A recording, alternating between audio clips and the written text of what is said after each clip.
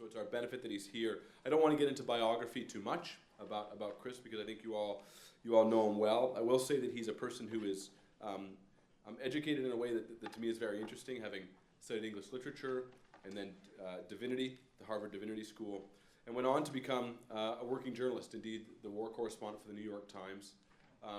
Did a great service, actually, for all people who are interested in these topics as he went from conflict zone to conflict zone, finding stories, reporting out of them at great danger to himself, indeed, and finding, I don't want to upset Chris by suggesting that he found sort of glimpses of hope in some of these cases, but certainly found slivers of humanity that could be reflected back so we could understand that at the core of these conflicts were real people. He's since left the New York Times. As you know, he's now a full-time author and a speaker. He reports a little bit, writes a regular column. And I want to note that he also spends a good bit of his time as a teacher of inmates in a maximum security prison. And that's very much, I think, an indication of his moral commitments. And I want to say just before I introduce Chris that it's an honor to have him here because I think he acts as an important moral touchstone in the American landscape. So I want you to join me in welcoming Chris Hedges to the University of Toronto. Thank you.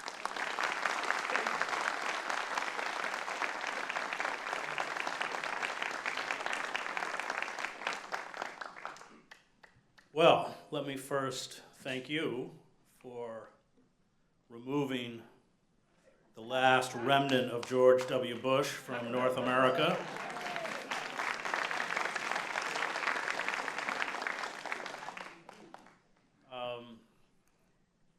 I'm going to talk a little bit about my book, Wages of Rebellion, but I'm also going to try and tie it in a little bit to the political landscape in the United States, since I assume some of you are interested in that and may have heard that I have been quite critical of Senator Bernie Sanders' campaign, and it comes out of my own analysis of what's happened.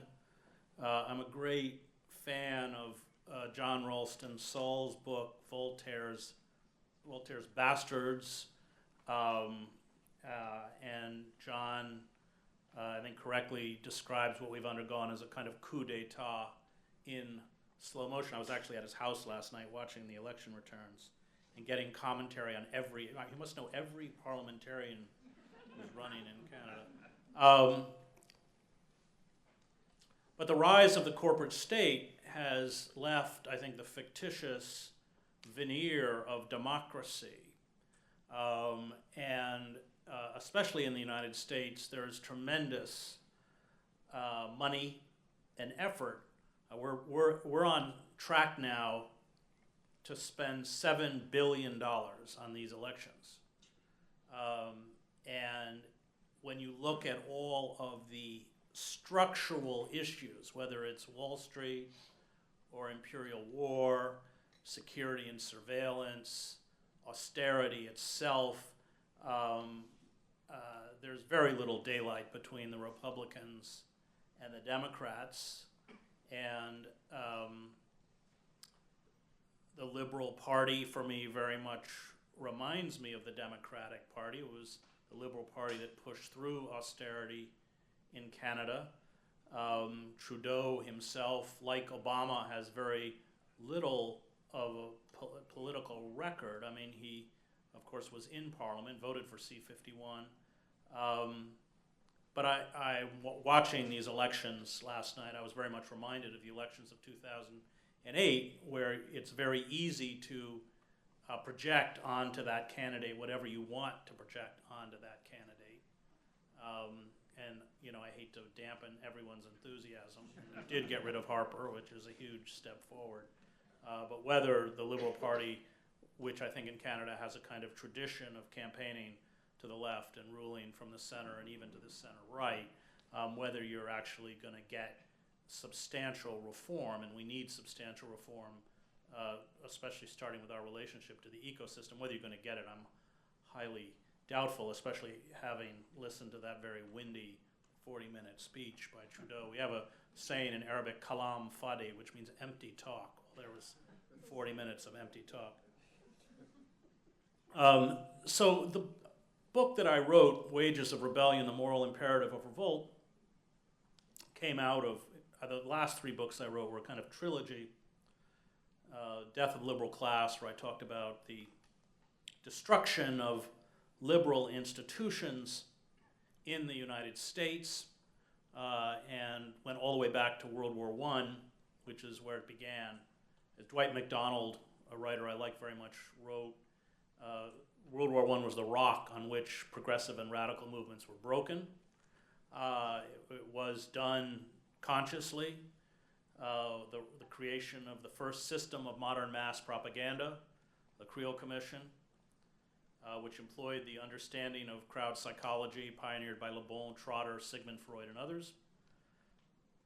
The very selective use of the Espionage Act and the Sedition Act to shut down those few voices who held fast to anti-militarism, Emma Goldman, Randolph Bourne, Jane Addams, and others.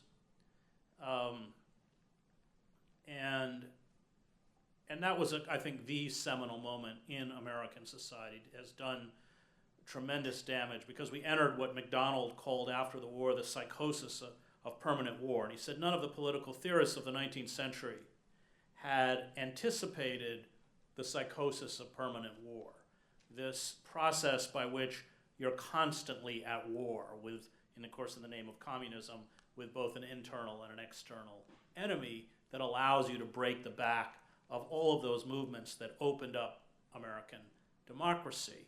I do teach in a prison, and when you teach in a prison, you have to submit your course exactly the opposite of writing a course proposal that appears in a course catalog where you're trying to entice undergraduates that classes on the lawn and lots of movies and stuff like that. I only had one class on a lawn. I was at Columbia, and it was a hot day, and my students lobbied me to go out on the lawn, and I kind of gripped so we went outside, and in the middle of my class, one of my students goes, "Look, that's Henry Kissinger." I said, "All right, everyone's inside."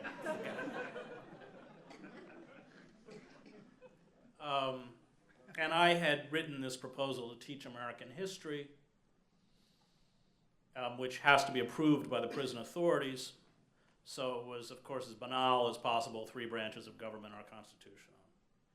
And they passed it, and then I bought all of my students Howard Zinn's The People's History of the United States, which is an amazing book, because I think Zinn delineates in that book how we in the United States began with a closed system on purpose, a system that was meant to exclude almost everyone except white, slaveholding, male aristocrats. So not only were African Americans disenfranchised, Native Americans were disenfranchised, women, of course, were disenfranchised, but even white men without property.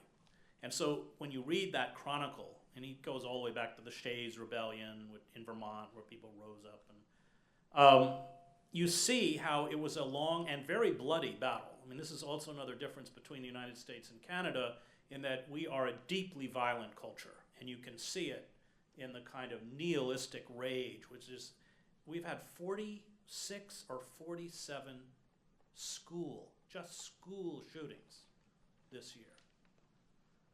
The amount of violent death, not only between the citizenry, but of course the indiscriminate use of lethal force on the part of a militarized police, I think is a symptom of a society in deep moral and physical disintegration. And unlike Canada, that history of vigilante violence goes all the way back to the slave patrols. We have always had kind of quasi, not official, but quasi-tolerated paramilitary forces that have carried out the dirty work of the state. And when you look actually at westward expansion, and Canada cannot hold its head high, given what it did to First Nations people, but compared to the United States, where we killed 95% of our indigenous people, you see that often those massacres were not actually carried out by the U.S. cavalry, of course, on behalf of the timber merchants and the railroads and the mining concerns, but were often rogue militias. I mean, the Sand Creek massacre, where Black Kettle and who died, he had been given a flag by the U.S. president to put outside his teepee, were all massacred by militias out of Denver, run by a guy named Carrington. That's always been part of America's DNA. We had the bloodiest labor wars in the industrialized world. Hundreds of American workers were murdered, again by vigilante groups, Baldwin Felts, Pinkertons, gun thugs, private militias that were raised by factory owners. Tens of thousands of American workers were blacklisted, and driven out of company towns. That vigilante violence, which of course has been part of the experience of African Americans since their arrival as slaves, whether it's Jim or Jane Crow, the Klan, the White Leagues, the current system of mass incarceration, the system of omnipotent policing that infects now marginal communities. It's all part of a very frightening continuum. And these groups serve a function, and always have served a function, in American capitalist society, and that's to carry out perhaps the dirtiest kinds of forms of killing, for instance, the terror of lynching. And Zinn, throughout the chronicle of that book, makes, I think, a very key point, and that is that it was only the radical and the progressive movements, the suffragists, the labor movement, of course, the old Communist Party, the anarchists, including the Wobblies, which had organized hundreds of thousands of American workers, which expanded the space. And after World War I, and on the eve of World War I, those movements were quite powerful. And after World War I, in the name of the war on communism or this psychosis of permanent war, we began to be rolled backwards. Just to give you a kind of context for where we've ended up, and debilitated, and all of those spaces once again began to close. Roosevelt, with a breakdown of capitalism, there's actually a 1930 letter right after the crash that Roosevelt wrote. And in it, to a friend, he said, we have to enact substantial reform if we're going to prevent revolution.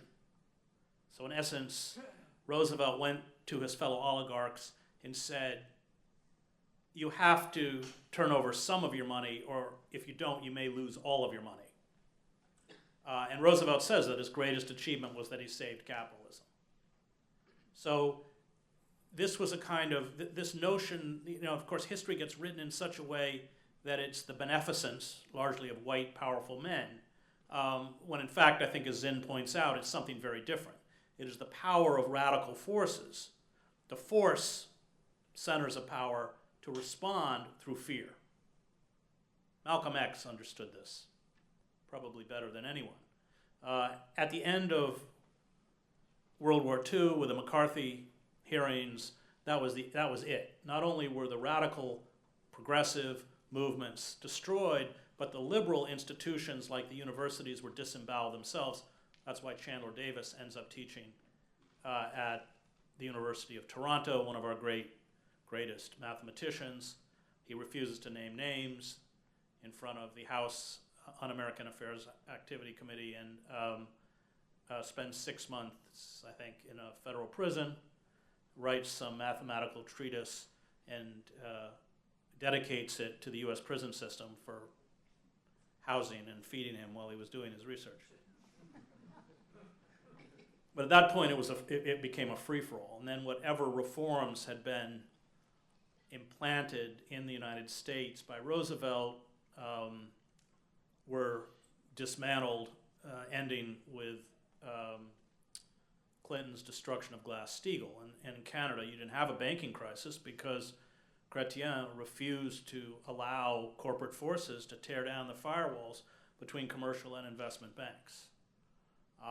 But Clinton, in the service of corporate power, did, precipitating both our national crisis and the global financial crisis.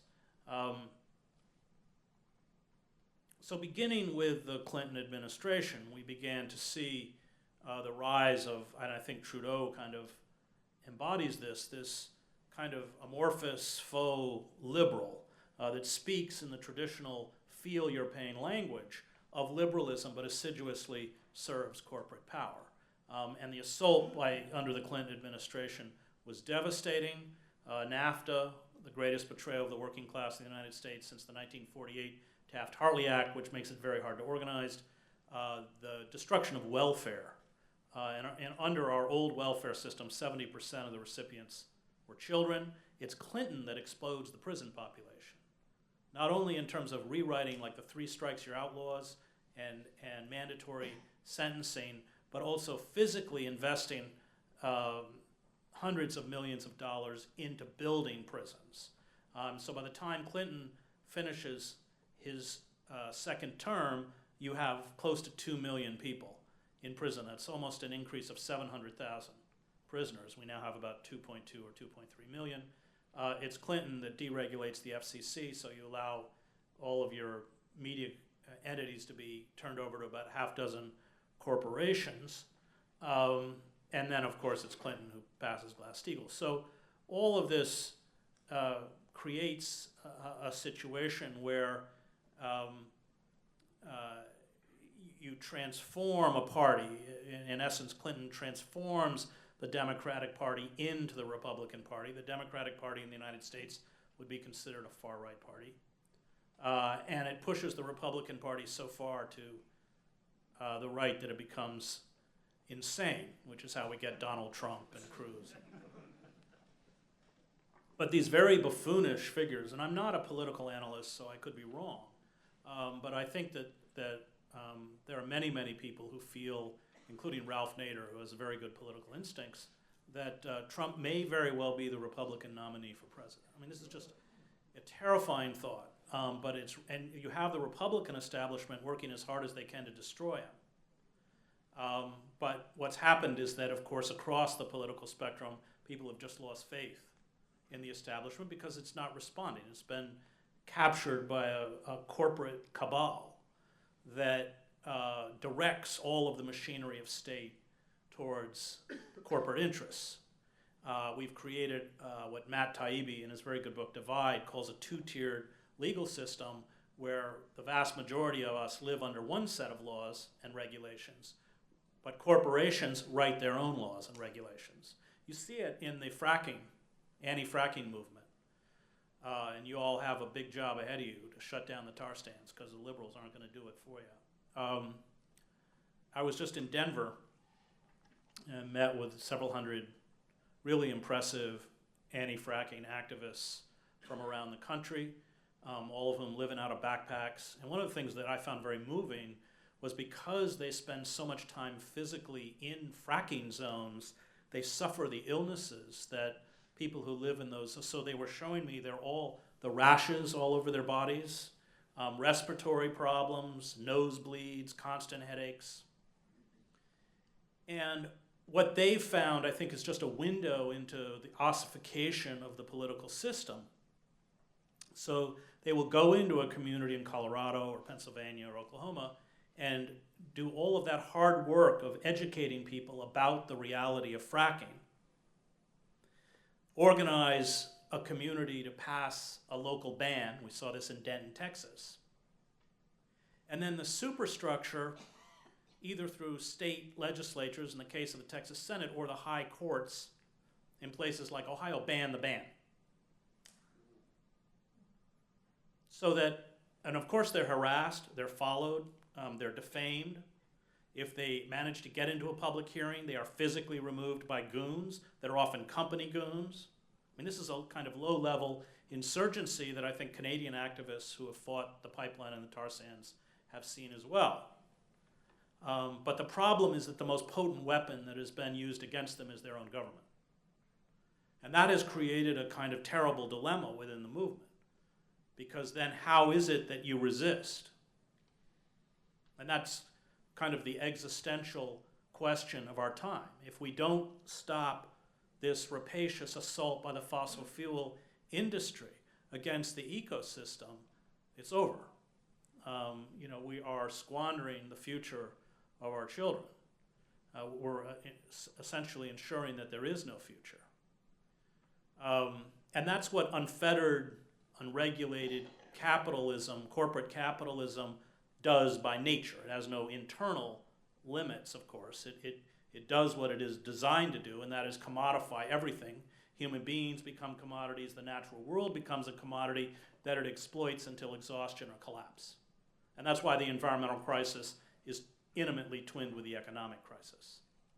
Both human beings and the natural world are pure commodities. And at the moment that they become unprofitable to the corporate state, they become, in essence, refuse. Ecological refuse or human refuse. And I think much of the nihilistic violence that you're seeing, not only in the United States, but throughout, especially the Middle East, comes out of this ideology of neoliberalism, of whole sections of societies that are cast aside. That's what ISIS is about. It's about, I think there's now an estimated 30,000 foreign fighters in ISIS. And these are people who, especially many of them coming out of these banlieues in Europe, these huge Stalinist housing projects, the endemic racism of countries like France, which of course Harper tried to play exactly this same card here. And what happens with many of these young immigrants is they may have, for instance, been born in Algeria, they may have moved to Lyon at 3 or 4. The French don't consider them French. They go back to Algeria, they're not considered Algerian. There's no place for them in the society. And so they are easily seduced because, in essence, this is an assault on their identity by radical Islam. So that I think that the kind of nihilistic fury that you see embodied in groups of ISIS is kind of intimately twinned with the nihilistic fury that you see with the endemic violence rippling across the American landscape. And Noam Chomsky points out, that it's worth reading Stack, this guy who drove his Cessna into the IRS building in Austin, reading his long manifesto, because he talks about living in substandard housing where everyone's eating dog food, where he and the elderly woman across the only thing there. And this is, in this reconfiguration of a neo-feudal economy, is essentially leaving larger and larger numbers of people behind. And one of the things that worries me about Trudeau is that his response to this structural injustice is to essentially give out cash payments rather than actually address the structural inequities that are, leaving whole sections of our society behind. In the United States now, half of the entire country, these according to official statistics, lives in poverty. That's a household with $40,000 or below, which most economists would argue is, not a fair bar. If you add a category called near poverty, you're pushing up to 2/3 of the country. And we in the United States, one of the things that I did find heartening about Canada is that I once heard Eduardo Galeano get up and give a lecture about the United States, and he should have not given a lecture. So I'm always a little reluctant to start telling Canadians, especially here at UT. But at least from a distance, it appeared to me that Harper was attempting to militarize your society, inculcate it with the same kind of deification of the military that is now very much part of American ideology. And it doesn't strike me that he's succeeded, which is, to your credit. But we in the United States have completely deified the military. And this is extremely dangerous on a couple levels. One, because the institution that is destroying or has destroyed American democracy and is ripping out civil society is the military and the war profiteers. And one of my critiques of Bernie Sanders is that you can't be a socialist unless you are an anti-imperialist and an anti-militarist. And there's not a weapons system that Bernie Sanders has ever stood up against.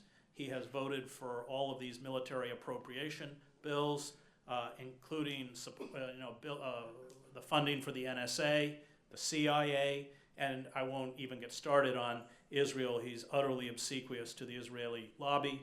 On a personal level, having spent so much of my life in Gaza, I'm just tired of selling out the Palestinians. They're always expendable, being the most vulnerable, and I just won't do it. But the military in the United States, officially the military consumes about 54% of discretionary spending. In reality, it's far more, because Veterans Affairs, which I think is $61 billion or something, is not counted. Our entire nuclear weapons program is not counted, and Obama just passed a bill where we are spending about $345 billion over the next 10 years to refurbish our nuclear weapons program. There's a good idea for you.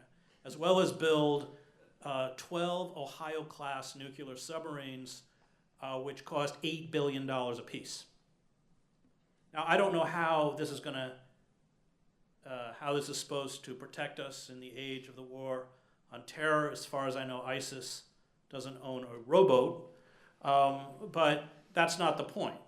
The point is that the profiteers of war have completely captured the federal government and spending itself. So by best estimates, we're spending about $1.6 or $1.7 trillion a year on war.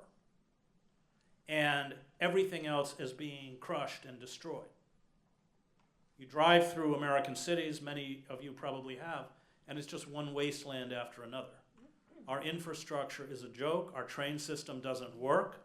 I take the New Jersey Transit train into New York, and there is actually, by the way, they just announced that they may have to suspend service.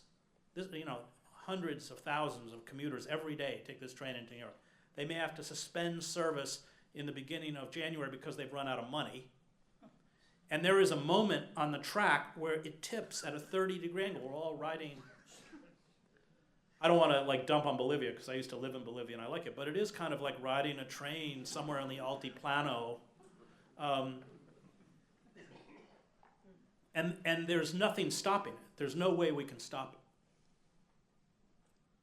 Republican or Democrat, it makes no difference because of the rise of these faux liberals, and which I worry Trudeau is.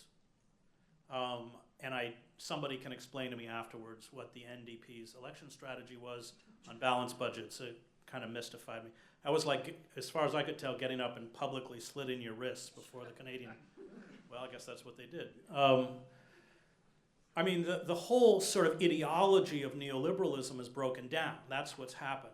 And in this book, Wages of Rebellion, I talk, unlike Death of the Liberal Class or Days of Destruction, Days of Revolt, which I wrote with the great cartoonist Joe Sacco, where we went into the poorest pockets of the United States, these so-called sacrifice zones, to say, look, you better look at, we went to Camden, the poorest city in America, and not incidentally the most dangerous per capita, coal fields of southern West Virginia, Pine Ridge, South Dakota, where the average life expectancy for a male is 48. That is the lowest in the Western Hemisphere outside of Haiti. At any one time on Pine Ridge, 60% of the residents have neither electricity or running water. That's America. It's not an America that you're going to see or that they're going to show you. It's an America that's become invisible, as essentially we are mesmerized by our electronic hallucinations. But the country is collapsing, and and as is, of course, like the global economy being reconfigured in a way where we're now, I think it's, by next year, it's the top 1% will control 50% of the world's wealth. Is that something? It's close to that, right? And that's very much the United States. Incredible opulence next to phenomenal poverty. So I live in Princeton, New Jersey, which has become an enclave of the 1%, and you can drive 50 minutes away to Camden, where there are literally entire streets that have been abandoned with trees coming up through the roofs, 100 open-air drug markets. They make nothing, and you can hear the sounds of gunshots. And of course, like much of America, it's completely segregated. 98% or 97% of that city are people of color. And so you're creating this phenomena, third world phenomena. I lived in Latin America for 6 years, and for a while I lived in Miraflores in Lima, which looks like Miami if you ignore the coils of razor wire on the walls. And you could walk 10 blocks away and people were literally living in ditches without, potable water in shacks. And that's kind of what the United States is, not kind of, that is what the United States is rapidly becoming. The longer the corporate state is unable to respond to the needs of the citizenry, the longer the corporate state diverts all of the resources and protection to this corporate cabal, then in essence what happens is you engender political paralysis. And by that I mean the state is not able to respond to the most basic needs, rights, or address the most basic grievances of the citizenry. In essence, what the masses want is irrelevant. And there are all sorts of examples to prove that point. So in 2008, constituent calls in Congress were 100-1 against the bailout across the political spectrum, but it passes anyway. Nobody wants wholesale surveillance, and yet even after the revelations of Edward Snowden, wholesale surveillance remains completely in force. People don't want corporations to dominate politics, and the Supreme Court has ruled in a kind of, the seizing of our most basic constitutional rights by judicial fiat, that the right of corporations to dump unlimited sums of cash into the campaign process is protected because it's free speech and is the right to petition the government. Some of you may know I sued Barack Obama in federal court over Section 1021 of the National Defense Authorization Act. This is a section that allows the U.S. military to carry out acts of extraordinary rendition of U.S. citizens on the streets of American cities. It allows the military, for the first time in over 150 years, to seize anyone who, quote unquote, substantially supports, that's not a legal term, that's not material support, Al-Qaeda, the Taliban, or something called associated forces, another nebulous term. Strip them of due process, so they will never have access to the judicial system, and hold them indefinitely, or in the language of 1021, until the end of hostilities, which, as we can see, after 14 years in Afghanistan, is a very long time. Now, to everyone's surprise, including our own, we won in the Southern District Court of New York. And Judge Catherine B. Forrest wrote, I think, a very lucid and thoughtful opinion when she gave her ruling. And in that opinion, she said that this opens the way for the government to criminalize not only individuals, but entire categories of people. And she brought up the historical example of the 110,000 Japanese Americans who were interned in World War II. And the response of the Obama administration, I think, was a kind of perfect example of how we've lost the ability to protect ourselves. Now, it's clearly, just as we have a right to privacy, these are black and white issues in the Constitution, but the courts run from it as fast as they can. And so the appellate court, which is the court right below the Supreme Court, actually what happened was she issued a ruling, and she issued a temporary injunction, meaning that the law was invalidated. And that was on a Friday. And by that afternoon, not only were the federal attorneys, but the attorneys from the NSA and the Pentagon were all in Judge Forrest's chambers. And they said that she had to put lift the injunction, to put the law back into effect in the name of national security. And to her credit, she refused. 9 a.m. Monday morning, they were in the appellate court. The Second Circuit made the same request, and the appellate court unfortunately lifted the temporary injunction until the appeal was heard. And the lawyers and I began to wonder why. I mean, we knew they'd appeal, but why were they so aggressive? Why did they? And I think our conclusion was because they're already using the law. That there are most likely US, Pakistani, dual nationals being held in black sites, and if that injunction was allowed to stand and they could ever get out, they could sue the government for contempt of court. So now the Second Circuit is faced with this dilemma, because this is a clearly unconstitutional law, but they don't want to rule on it. So we have our hearing, and they wait months.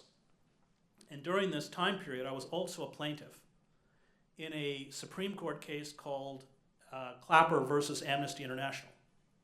And this was where we were challenging warrantless wiretapping and surveillance. Now, this was before the Snowden revelations. And the government lawyers got up in the Supreme Court and said, the charge that the government is carrying out surveillance is quote unquote speculation. And if the government was carrying out surveillance against these plaintiffs, they would be told. And the Supreme Court believed them and threw the case out. And the Second Circuit said, look, Hedges doesn't have standing in Clapper versus Amnesty International. Therefore, he doesn't have standing in Hedges versus Obama, and they threw the case out. So it's law. But during this 2-year legal process, they conducted a poll, and they asked people whether they were in favor or against this section of the NDAA. It had a 97% disapproval rating, but it passed anyway. And what this kind of a system does, that is utterly unresponsive to the needs of the citizenry, is create not only a loss of faith in the system, but societal and political disintegration. So you have the rise of the Occupy movement. And, I know a lot of the occupiers like to think they were real radical. But what they were asking for were largely things that came out of the mainstream. Employment in the United States, a rational healthcare system, protection of the environment. I mean, these were, and the response of the state was to physically erase the encampments. And this was a window into how the corporate state has lost the ability to respond rationally to what's happening within the country itself. Because a rational response would have meant a massive jobs program, especially targeted at people under the age of 25. It would have meant a moratorium on foreclosures and bank repossessions. Millions of families have been thrown out of their homes because they've been, they were fraudulently tricked into signing mortgages the banks knew they could never repay, and they couldn't control their interest rates, which, spiraled upwards. It would, mean a rational healthcare system and forgiveness of student debt. I mean, these all would have been rational choices, but the state was unable to respond rationally. What it did was use force to erase the encampments.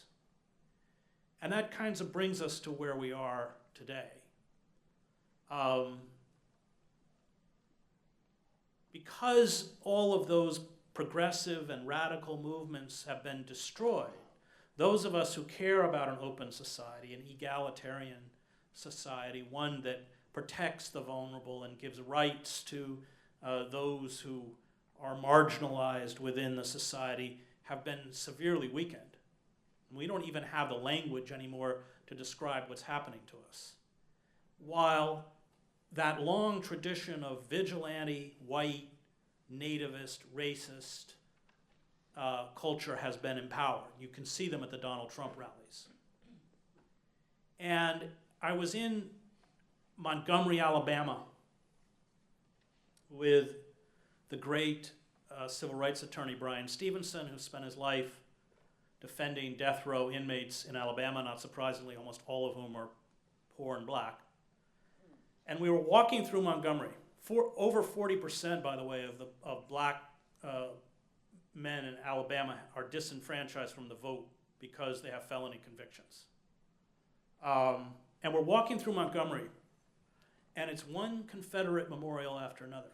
And Brian said, you know, almost all these memorials were put up in the last 10 years, including when you come into Montgomery, there is a gigantic Confederate flag on the outskirts of the city, one of those giant flags they fly in outside used car dealerships in America. Hopefully Canada spared such poor taste. And half of Montgomery is black. Montgomery is where King began his ministry. It's where Rosa Parks refused to give up her seat on a bus.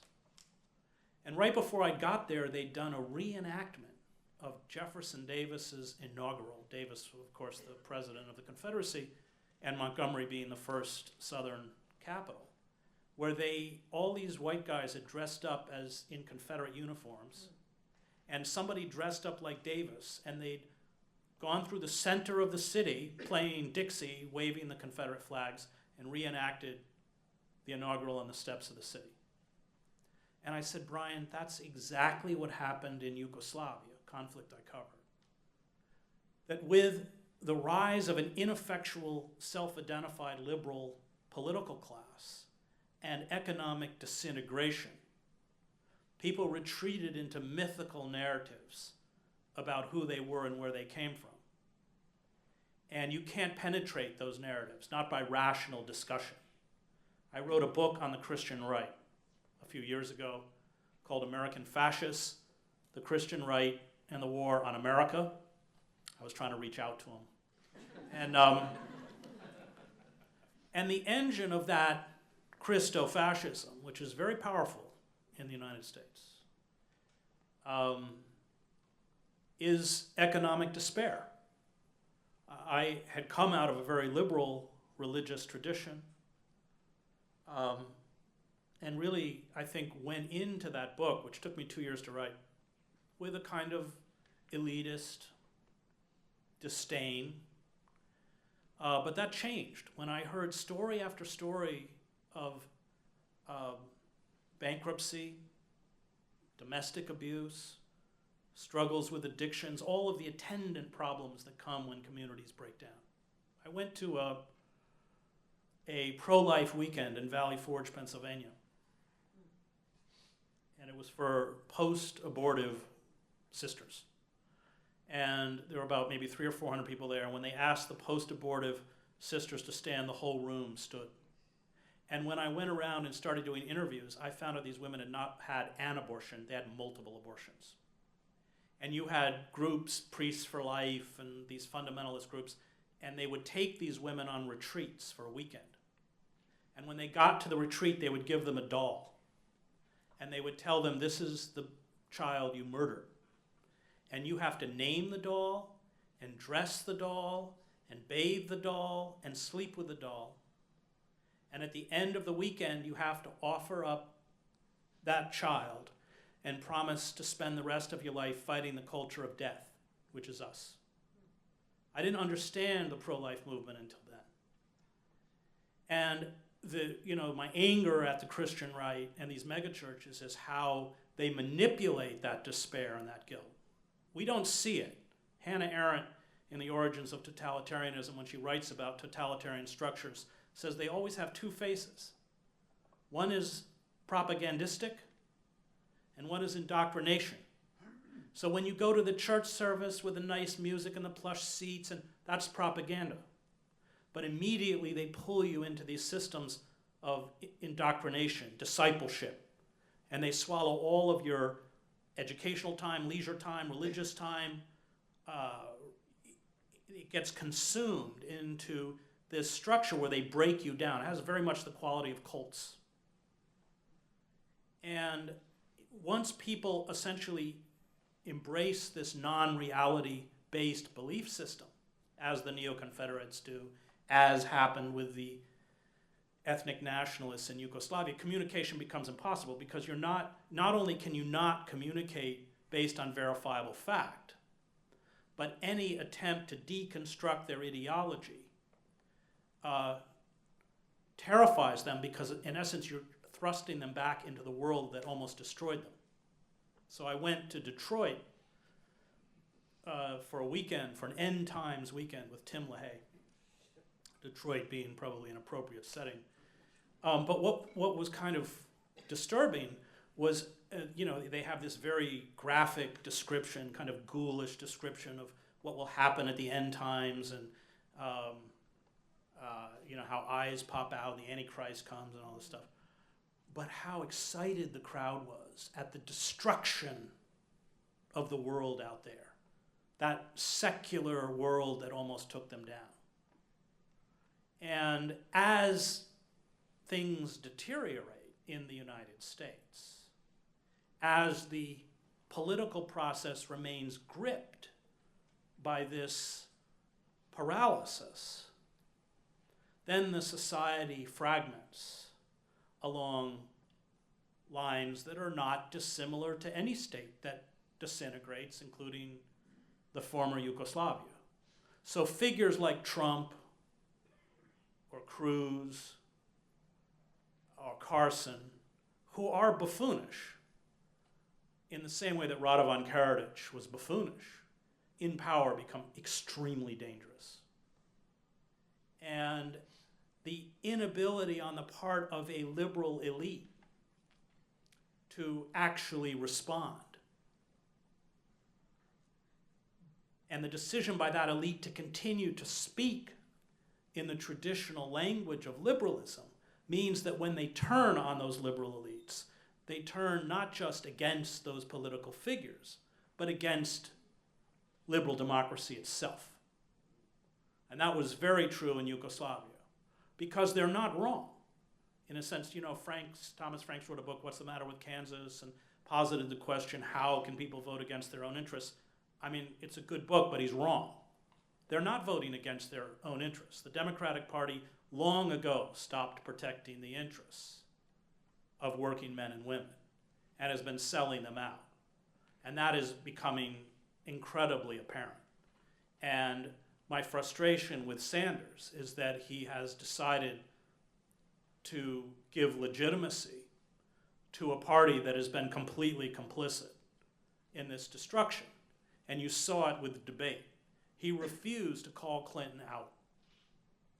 Clinton, who, even in the silly thing like the emails, I mean, Clinton is defending wholesale surveillance of the American public, but feels she has a right to privacy.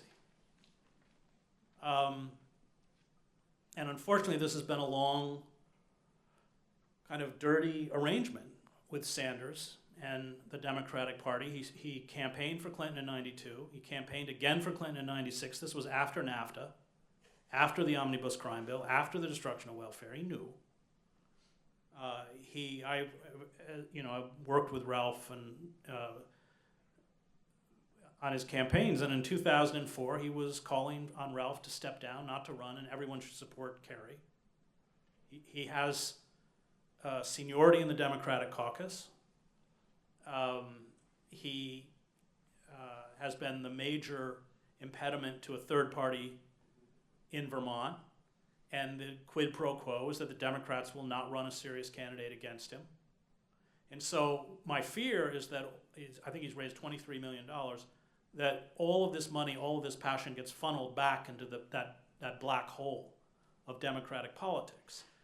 The system is completely gamed. The last genuine candidate we had in the United States in the Democratic Party was George McGovern, the last real insurgent candidate. And not only did the Democratic establishment destroy him, but they rewrote the rules so that it would never happen again. And since then, these have been coronations. And the Clinton machine is going to make sure there's another coronation, which means that I expect to see Sanders out there campaigning on behalf of Hillary Clinton. And the reverberations of that are going to be seismic. because it's just one more snuffing out of hope through legitimate change. All of my energy now goes into the building of movements. I was just with these anti-fracking activists in Denver from around the country. Before that, I was with members of the boycott, divestment, and sanction movement, which I support against Israel, and who are trying to take Israel down school by school, church by church, pension fund by pension fund. The struggle to raise the minimum wage, Black Lives Matter, which is a very important movement in the United States, and I know there's a movement of similar against carding here in Toronto. One of the things about all of these movements, they're youth-driven, and they totally get it. So when the established black leadership, Jesse Jackson, Al Sharpton, came to Ferguson and Baltimore, they were booed out of the city. These people, they totally understand. But they also understand that the system is utterly gamed against them.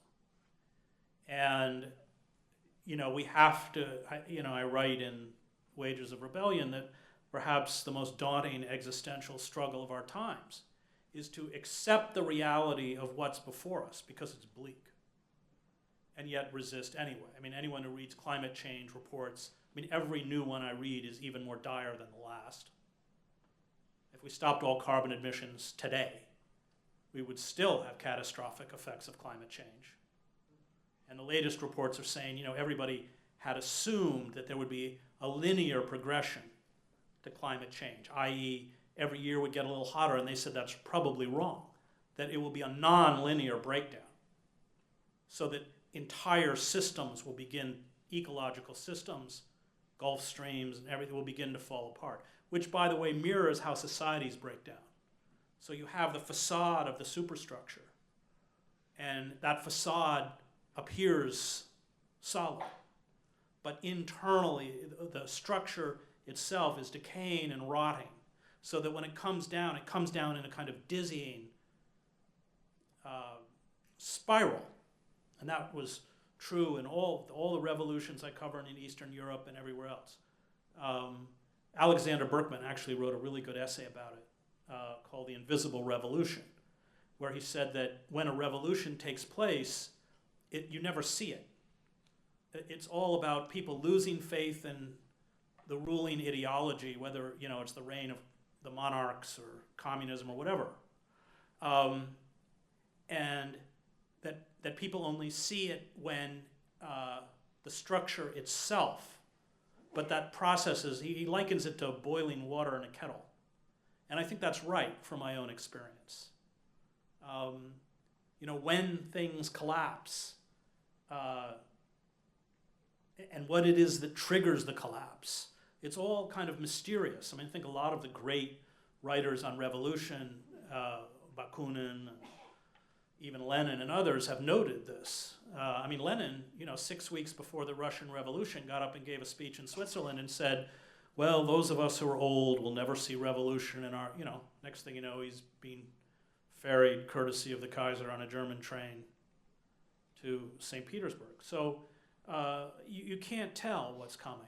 It's always the ruling class that determines the configuration of revolt. But the longer the ruling elites remain obtuse, the longer the ruling elites not only refuse to respond, but actually extract more and more blood and marrow from the society in the name of austerity, the more they make inevitable blowback.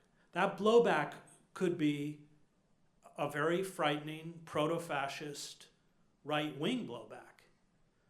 But blowback there will be. In the breakdown of capitalism, many countries in Europe went one way and the United States went another.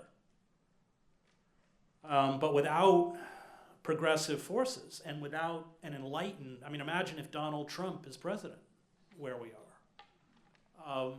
It's almost frankly, as an American, it's almost inconceivable. I have to kind of fight against the utter irrationality of it. And yet, if you look at all of the indicators, it is not totally out of the realm of possibility. He has fierce and strong support from a beleaguered white racist, angry class. And that gets, to this issue of how do we stand up? And as somebody who spent 2 decades of my life as a war correspondent, I understand the poison of violence very well. And it's something I fear. I'm not a pacifist. I was in Sarajevo during the war. We were surrounded by the Serbs, 2,000 shells a day, constant sniper fire, 4 to 5 dead a day. We knew that if the Serbs broke through the trenches, 1/3 of the city would be slaughtered. The rest would be driven into refugee and displacement camps. That wasn't conjecture. That's what happened in the Drina Valley. That's what happened in Vukovar. Nobody sat in a basement in Sarajevo and decided to strike up a conversation about pacifism. And yet it doesn't save you from the poison of violence. You become as infected as those you oppose. Nietzsche got that right. So there could be a point. I mean, we've had 27 assassinations, and I'm not talking about confrontations. I'm talking about cold-blooded assassinations of law enforcement officials in the United States this year.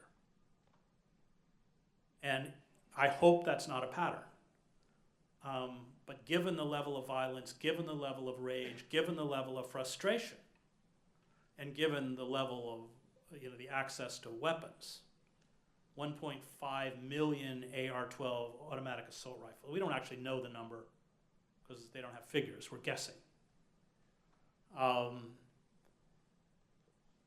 We have to stand up while there's relative stability. We have to carry out sustained acts of civil disobedience.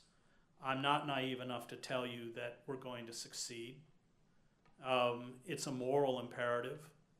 We rebel finally not for what we can achieve, but for who it allows us to become. I have 4 children. I may fail, but I at least want my children to look back and say, he tried. I don't like going to jail. Jail's more time than I care to donate to my government. But we have no option left. And you in Canada, if you're gonna, and the tar sands is not a Canadian issue, it's a global issue. And if you can't stop these pipelines and you can't stop the tar sands, it's like lighting a match to planet Earth.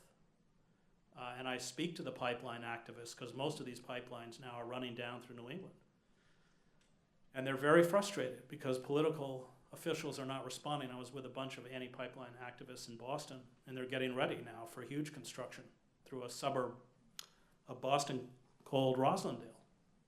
And they said, we don't know what to do. And I said, well, I don't know that there's anything left. I think you have to buy old cars, and when the construction equipment comes, you have to block the roads, take the battery out of the cars, and walk away.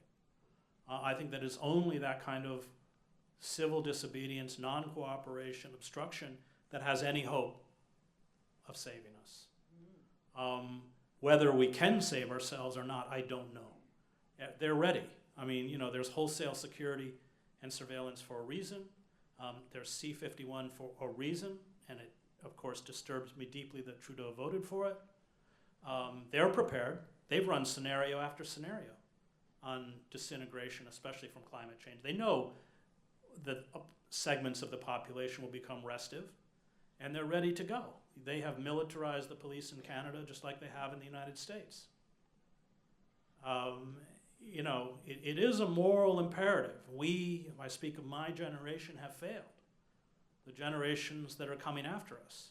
And we especially have a responsibility to stand up and fight back, even if we fail. Because in the end, I don't fight fascists because I'll succeed. I fight fascists because they are fascists. Thank you.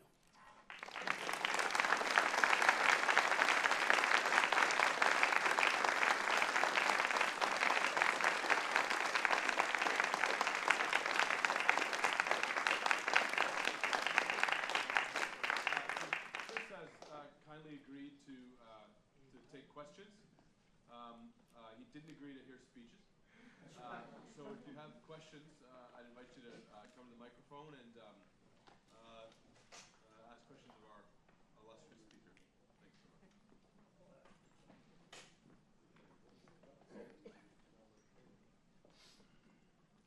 teaching in the prison, how many students would you have in those classes? And do they have access to books in prison, in the U.S.? Well, that's a good question. So I usually have about 28 students a class. I started teaching before there was a formal college program. It was a friend of mine who's the head of the history department at the College of New Jersey. So we would teach semester-long courses. We bought the books ourselves. And then we would give them certificates, which had no academic validity, but just to say that they'd done the work. Subsequently, people organized and pushed a bill through the legislature in New Jersey that said that if college credit courses could be offered, prisons had a responsibility to make them available. The problem is, now I'm teaching actually Chekhov this fall in a supermax prison. In the supermax prison, they throw up all sorts of rules, like the students have to be shackled when they come to class. We're not allowed to teach lifers, because this is what they said, because they're going to die in here anyway. So they put up impediments to keep it out. I mean, I've taught at UT, I've taught at Princeton, I find in every class that I have a core of people who are just stunningly brilliant, filled with integrity, a thirst, a hunger to learn. That's kind of why I stay in. It's really moving, and of course they never had a chance. If you're George Bush and part of the oligarchy, you get chance after chance after chance. Doesn't matter whether you go AWOL from the Air National Guard, or you're addicted to cocaine, or never have a job till you're 40. But in there, and the sentences are insane. I mean, I have a student, one of my best student, my only A+ last semester. He was imprisoned at the age of 14. He was charged as an adult for knifing. They kept him at 14 in the police station until 2 or 3 in the morning. He was crying. He wanted to go home. They said, just sign this. You can go home. It was a confession. He signs it. On the basis of that confession, they charge him for the crime. They hold him for 2 years as a 14-year-old boy on the upper floor of the county jail with those who have felony charges. He's convicted. He's not eligible to go before a parole board until he's 70 years old. And that last class I had with him, he waited for me. And if I would mention a book like Wolin, he would get it. That last class, he said, he waited till everyone left the class. He said, I know I'm going to die in this prison, but I work as hard as I can so that one day I can be a teacher like you. It is so powerful. I helped them write a play a year ago. We were reading drama. I teach something different every time. It's kind of more work, but more interesting. So I was teaching August Wilson and Amira Baraka. And I said, okay, every week we're going to write a scene. And so I got that first week back, and I had 28 papers, and those papers always have that kind of musty smell of the prison. I'm reading through, I hit one that's brilliant. I read a couple, and I had 4 or 5 incredibly talented writers.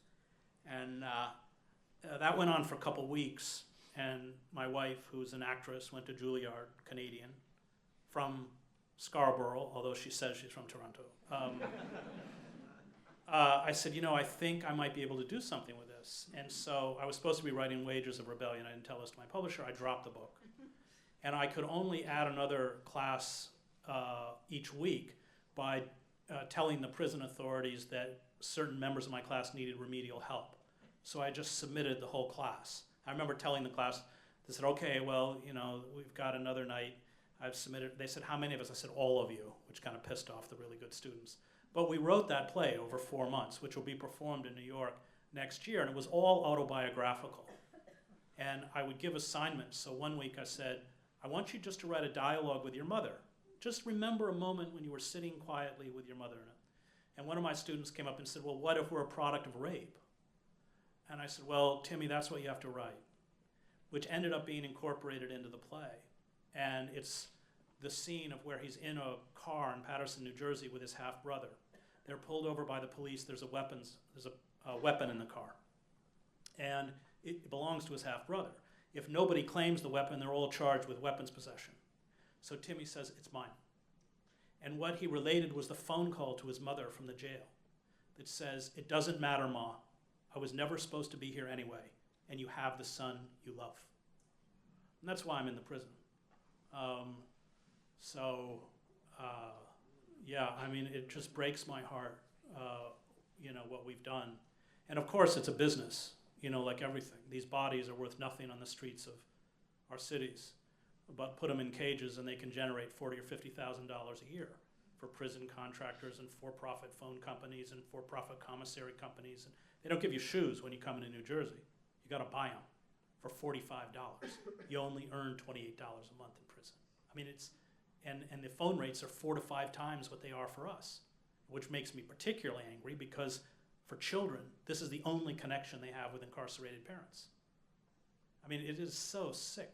And in a way, you've got to go into these communities where people are completely vulnerable to understand how predatory and evil these corporations are, which is very much why Sacco and I spent 2 years in sacrifice zones around the country, because we said, look, we've all become one big sacrifice zone. And you better look at what they've done to the weak and the poor and the forgotten, because that's what they're going to do to the rest of us. Nothing's going to stop them unless we stop them. Incidentally, they banned your book in the prisons here. Oh, did they? Yes. Which one? The one down in Kingston, I couldn't get it in. Oh, really? Which one? This one. We need to sue them. Toronto Public Library must have it, No, there's no connection to the public library. They're not hooked up.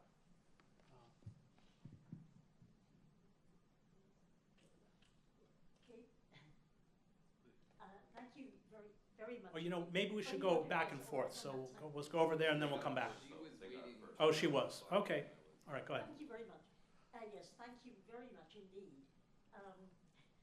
It's a very depressing picture, and I guess you just want to wake us up to reality.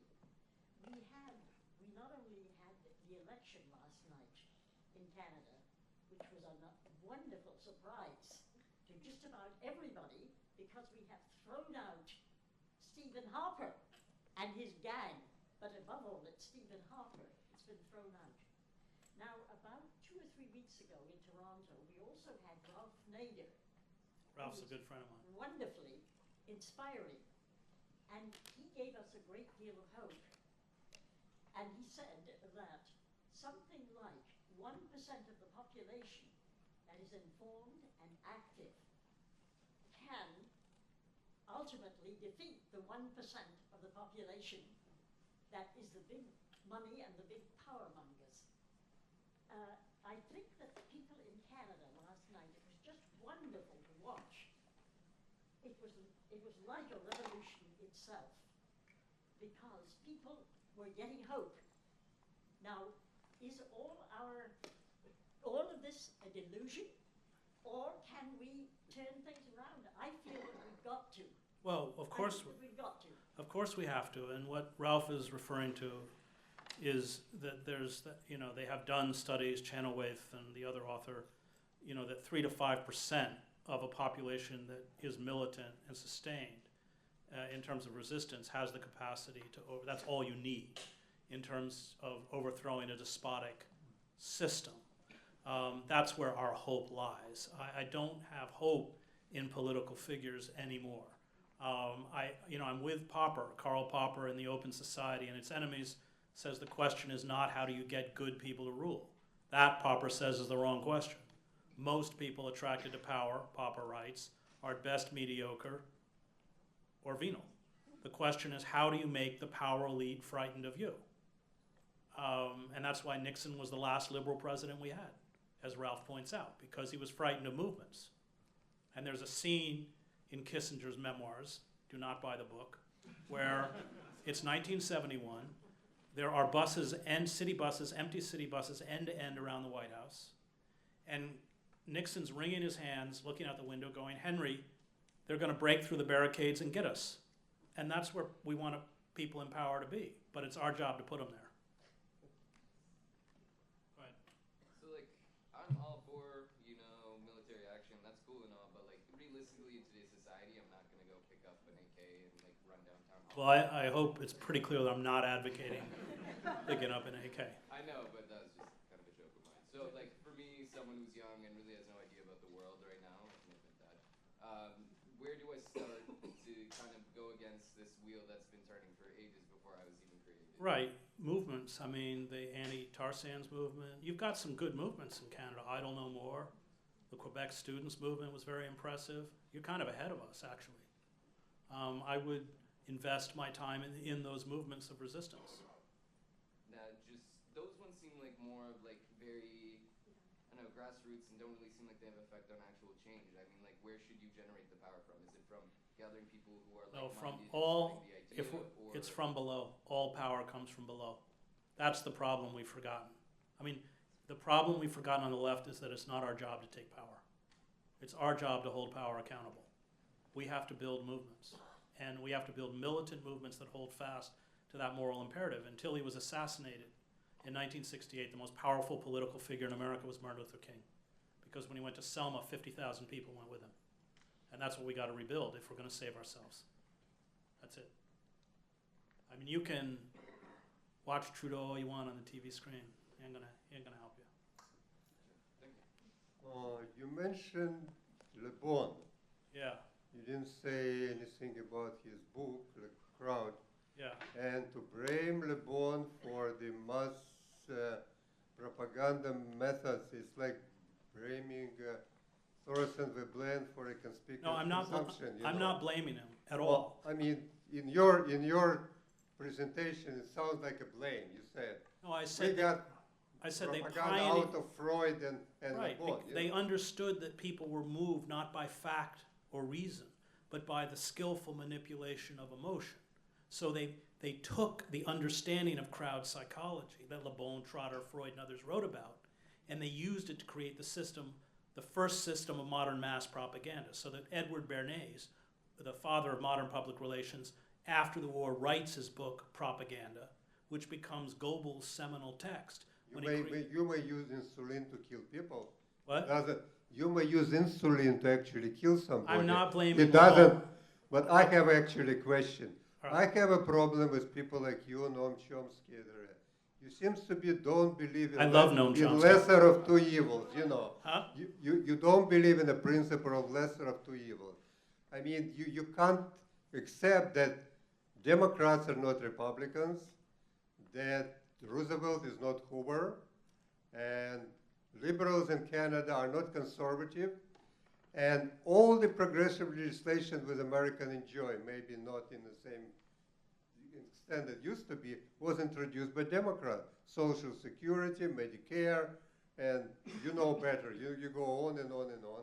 All these things which are opposed by Republicans, you know. So you cannot say that there is no point of voting for one party or another party is all the same, you know.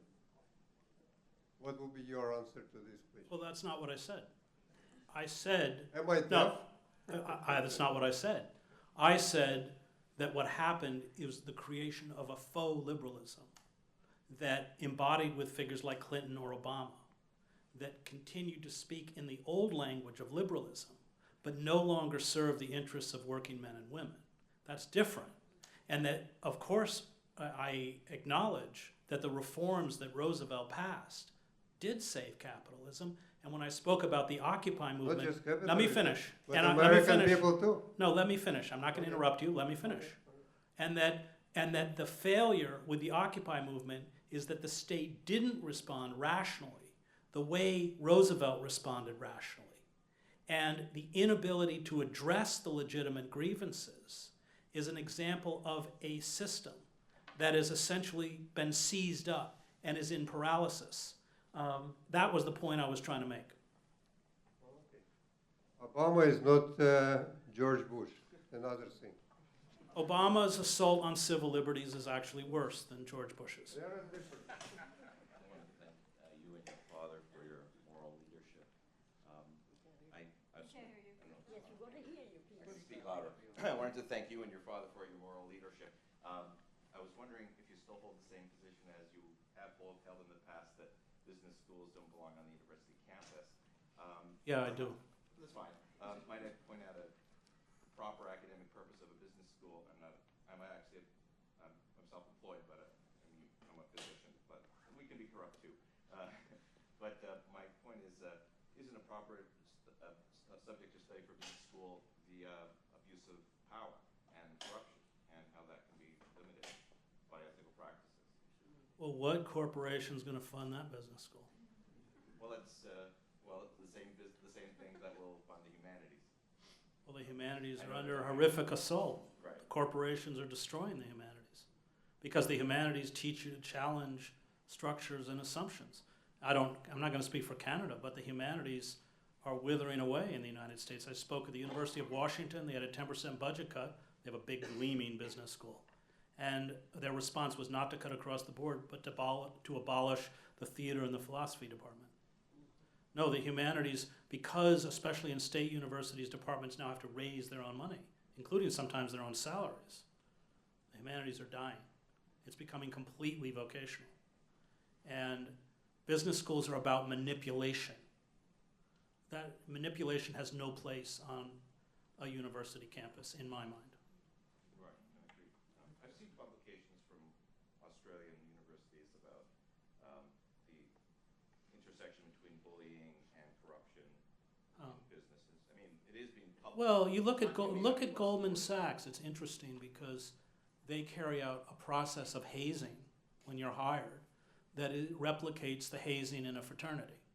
So, they do all sorts of things because they want to weed out those who are not going to be completely compliant. And one of the things they will do is, as a young, newly hired employee of Goldman Sachs, you'll be called for a 6 o'clock meeting in a boardroom, and nobody will show up until 10 o'clock. And anyone who gets up at 8:30 and goes, "I'm out of here," they're fired. That's where you have Goldman Sachs employees sleeping under their desks. It's about breaking you down. Any sense of individualism, any sense of autonomy, any sense of moral independence. That's what corporate culture does, which is, as Hannah Arendt writes, it's the rule of nobody. It's faceless, which, as she points out, is the most cruel form of rulership. And having taught at Princeton, one of the things that breaks my heart is that first week, you have 18-year-old women in formal gowns and 18-year-old young men in tuxedos, and they're going off to the eating clubs to bid so that hopefully they can get into Ivy, because that's where Goldman Sachs recruits from. They're networking. And I'm thinking, boy, you have just stolen their childhood. You've stolen everything from them. I'm not going to speak about my daughter's at UBC, which is a great school, but having watched, I speak at a lot of colleges across the states, and it's really frightening what's happening.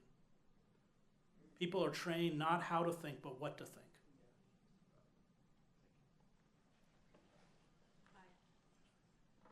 I think you finished on with a call to action. I know that you will correct me if I'm wrong, but for the sake of the questioner before, who made the joke about the AK-47, and for sake of all of those of us who want to be active but are discouraged in the face of what seems like insurmountable odds, can you talk a little bit, I know you can, about the role of faith in activism?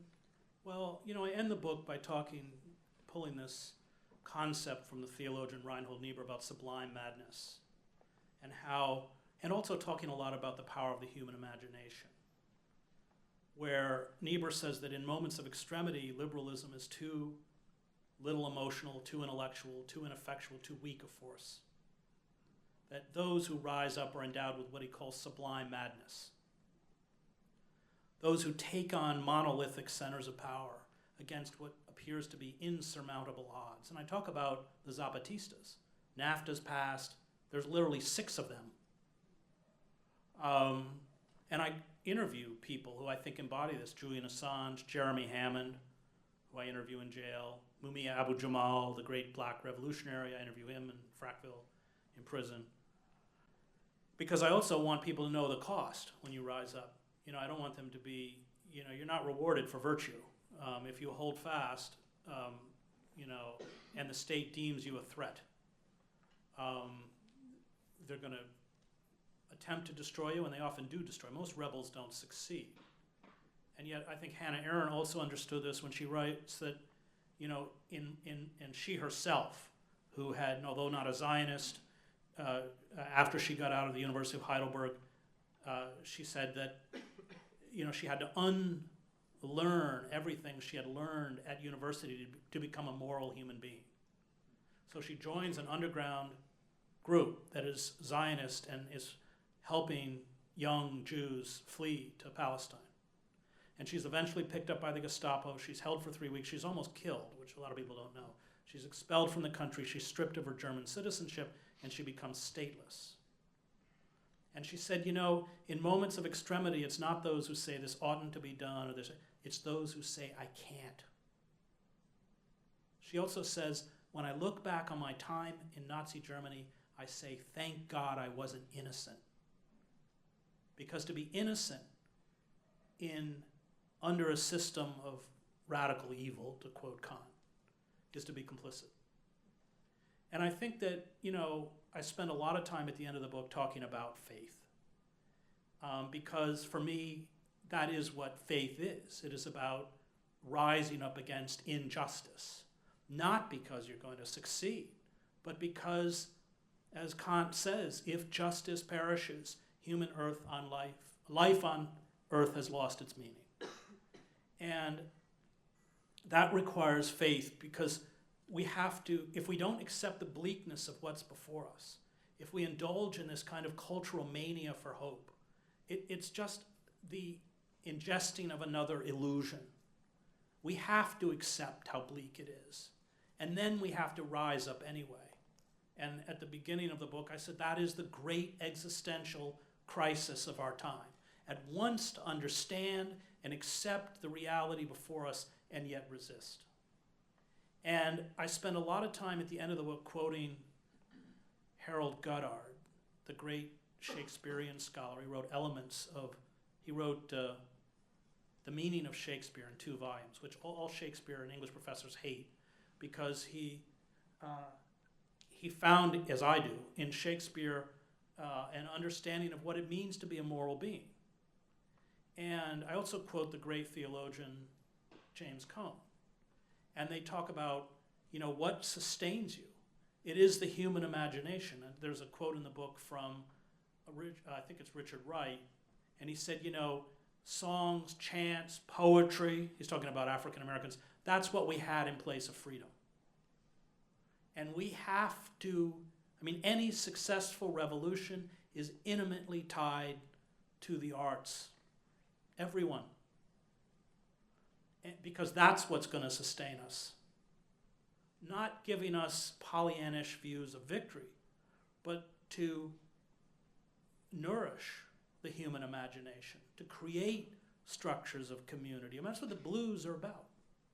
And the blues are a powerful force, at once expressing the despair of African Americans in the South at Jim Crow, the terror, the discrimination, and yet through that expression, empowering everyone who hears it, because it creates a community, it creates a solidarity, it speaks an undeniable truth that the rest of the society is not speaking. And so, you know, I was arrested in front of the White House a couple years ago with 133 veterans from the war in Iraq and Afghanistan. And it was winter, it was snowing. Blues musician Watermelon Slim, also a Vietnam veteran, played taps on his harmonica. The veterans folded a flag from that had been given by a family of a kid who had been killed in Afghanistan a couple weeks before. Everybody fell silent. Somebody beat a drum. And in utter silence, in single file, all of these veterans, many of whom had been severely wounded emotionally, psychologically, physically, many of them crying, walked to the White House fence and didn't move. And when we were being cuffed, it turns out that the police had been in the National Guard and had been in Afghanistan, and they would cuff us, and they would whisper, "Keep protesting." Now, that's where I told all those veterans, you're my church. It's on YouTube, by the way. You can watch everything on YouTube. But that's you know, we didn't stop the wars. We all went off to jail. But it was so empowering, and it was so moving. And I think that when we rise up in those acts of resistance, and there's someone standing to the left of us and someone standing to the right of us, that will give us, for lack of a better word, the spiritual power to go forward. We may not succeed. I like Beckett a lot. I like Chekhov. I mean, these are bleak writers. And yet they also understand, both Chekhov and Beckett, the importance of resistance as an affirmation of the forces of life. I mean, Chekhov was a doctor. He himself had tuberculosis from the early 20s. And, you know, even he'd spend his mornings coughing up blood on his country estate, and he treated all the peasants for free. And, you know, they'd be banging on the door in the middle of the night, and off he'd go. He understood the bleakness, and yet he resisted, he resisted, he resisted. And that's the end of Beckett's The Unnameable, the last chapter, last paragraph, where he goes, you know, I can't go on, I can't go on, I can't. And then it goes, I must go on. And I think that that's what faith is for me. And, you know, Father Daniel Berrigan, who baptized my youngest daughter, said it best. He said, you know, faith is the belief that the good draws to it the good, or at least the good insofar as we can determine it. And then we have to let it go. The Buddhists call it karma. We don't know where it goes. All the empirical evidence around us may tell us that it goes nowhere. But it doesn't invalidate what we've done. Because when you stand up, when you, as Václav Havel says in his 1978 essay, The Power of the Powerless, when you speak, when you live in truth, when you speak truth, not to power, but about power, all sorts of people who may not be standing up with you hear it. And I've seen that. So I'm in Prague for the Velvet Revolution. I'm in the Magic Lantern Theater every night with Havel and Dinsmore and Klaus. And there's posters all over the city of Jan Pollock, a young Charles University student who, to protest the Soviet invasion in 1968, goes to Wenceslas Square and lights himself on fire. 4 days later, he dies of his burns. His funeral is a non-event. It's not covered by state media. The funeral procession is broken up by the police, most of them his fellow students. When his grave becomes a shrine, his body is exhumed and cremated, and his ashes are given to his mother, and she's told she cannot rebury them. 2 weeks after the government fell, the communist government fell, 10,000 Czechs marched to Red Army Square, and they renamed it Jan Pollock Square. That's the power of resistance. It has a moral power. I believe it has. I've seen it. I was in Wenceslas Square when Marta Kubasheva walked out on the balcony, 500,000 Czechs crammed into that square. In 1968, she had recorded an anthem of defiance called A Prayer for Marta that had been broadcast over the airwaves. And the response of the pro-Soviet regime after they overthrew Dubček was to destroy her recording stock, ban her voice from the airwaves.